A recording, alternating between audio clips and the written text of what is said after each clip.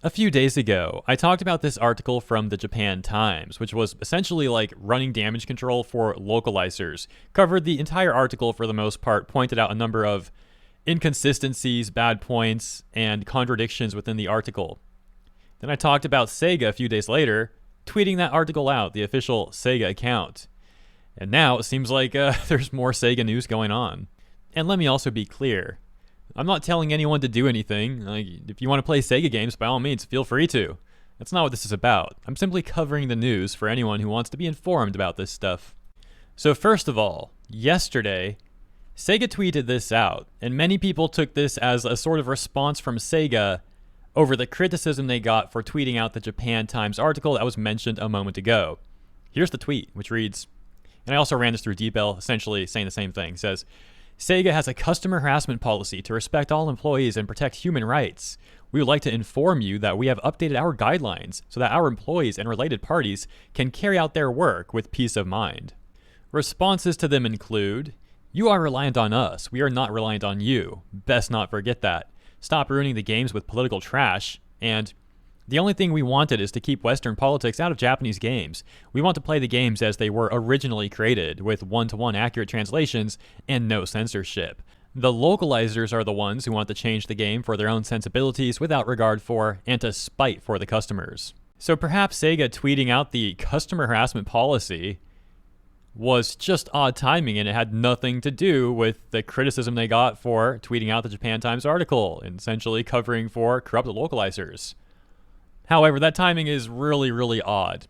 So it's totally understandable why so many people are thinking that's kind of them responding to the backlash, being like, hey, we have a no customer harassment policy or whatever they were saying. And if that's really what they're doing, that's such an odd thing to do. It seems like the sort of thing you would see like a Western journalist doing. Some Western journalists write some nonsense, gets backlash for an article, suddenly they go into protected mode, they start playing the victim, oh, I'm just being harassed, blah, blah, blah. It's like, no, you were getting very reasonable criticism for your terrible article or whatever, except this is not a Western journalist, this is Sega. And things get even stranger when Yokoyama Masayoshi had also issued a response. If you're not familiar with him, he's had experience working as an executive over at Sega, as well as Ryuga Gotoku Studio, and has also worked quite a bit on the Yakuza series. So let's take a look at his tweet, which reads, about localization, that it seems that some of the story has been misrepresented, but localization does not change the original Japanese content. I have them checked to make sure there are no unintentional derogatory terms, discriminatory expressions, religious issues, etc., and then correct them with the original script. In other words, there is no difference between the Japanese version and the overseas version. So first of all, we absolutely know that localizers have been responsible for getting material changed from the original Japanese context into the localized versions. This is not something that's speculation, there's plenty of evidence of this happening, and furthermore, localizers at times have outright admitted it, on occasion even bragging about doing such. Now, to be fair, I also think he's talking about Sega specifically. I don't think he's talking about like all localizers, unless I'm mistaken, but I'm taking this as him specifically talking about Sega games. And in the very Japan Times article which I cited, the damage control for localizers article, Masayoshi Yokoyama has a number of quotes in there where he talks about asking the localization teams to read the game's script and tell them if they see things that wouldn't be acceptable in their country, leading to the change of those things.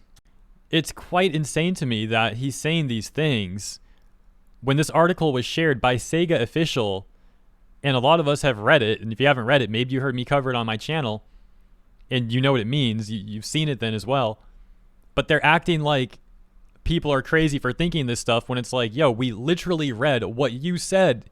These are your quotes. And side note, isn't it interesting how these corpos all seem to work together? Like they're all in together. Localizers have been getting more and more backlash over recent months. Then suddenly, the Japan Times writes this article defending localizers. And then suddenly, the official Sega account tweets it out. And now you have Masayoshi himself also trying to defend these localizers, to the contradiction of his own statements in that article. But my point is, I just find it to be an interesting dynamic, where you have all these corpos and all that big money, and the people calling them out are a bunch of gamers. I think it's awesome, actually, that gamers are calling out corpos, but it's a bit disturbing how corrupt this industry is, the games industry. from these AAA Western developers and studios that nickel and dime players, put microtransactions and everything, trying to make a live service everything so they can charge players even more, to major Japanese corporations defending localizers that change their material for the sake of that ESG money. It's also greedy and corrupt. Masayoshi then went on to tweet further, now they're all compiled together here, saying, "The localizer is bad. I've received replies like this, but I've never been asked to change the content. The character's name resembles a local discriminatory term, or the mark looks very similar to a real organization. Also, Sega is in charge of localization, so it's a colleague. If you don't believe in that, you can't make a game. Also, the ethics check on the Japan side is 100 times stricter. In the first place, the original is rewritten due to overseas influences. However, we ourselves change under various influences, so we are not aware that we have been modified. Plus, and finally, at RGG Studio in Japan, there are planners and designers whose native languages are English and Chinese, and they also check the play in that language. So if there is any strange change, you will notice it in one shot. It shouldn't be that crazy. Anyway, I believe in my Sega colleagues. Oh, I forgot to mention, but the skirt length in the article saying, isn't it short? And then him saying, well, that's true. It's not raw. I mean, it looks cold and it's not what I'm wearing at the moment, so I'm going to change it. It's normal to take and consider recommendations from team members. It's lunch break, so it's one more shot. As I mentioned in a conversation with Akio Otsuka during the Ryu Star Longtime stream, the school bags of morning glory children are unified with male equal black and female equal red, which is not the case in this day and age. That's how the world is changing. We will continue to accept change. Okay, how about this change? From news on GamesIndustry.biz yesterday, Sega of America to lay off 61 employees. A WARN notification filed in California confirms the layoffs due in March. My point is, a lot of these Japanese games companies, and anime companies too, we'll throw them in there, they've seen such a rise in success with Western sales increasing, in large part because, as we talked about time and time again, people like the material the way it is. If we want to read an American comic, and no issue with those, there's some comics I like personally, but my point is, if we want to read an American comic, we'll read those. If we want to read a Japanese manga, we'll read those because we like how it's different. If you're trying to make your manga, your anime, and your games just like they are here in the West, as I said in my prior segment, you're going to lose your competitive advantage. Why would you willingly give that up? It doesn't make sense unless you have some major financiers, for example, ESG money in the back, pushing you towards this direction, which I think ultimately this all comes down to greed and money. I'm not convinced, oh, we're just doing this because we want to be more respectful to people. We can't include offensive things in our games. Meanwhile, they do. They're just very selective on what's considered offensive or not because they're just following ESG guidelines. They just want that money. And what's happening to more and more corporations that embrace that ESG money? Well, sure, their executives at the top might be making a pretty big paycheck from all that. But everyone else, the other employees, a lot of them are getting laid off at these corporations now. But hey, they'll tell you that they really care about the people, right? They really care about the people and the workers. They're doing this all for us, right? What a joke. Anyways, that's pretty much all I got to say on this one.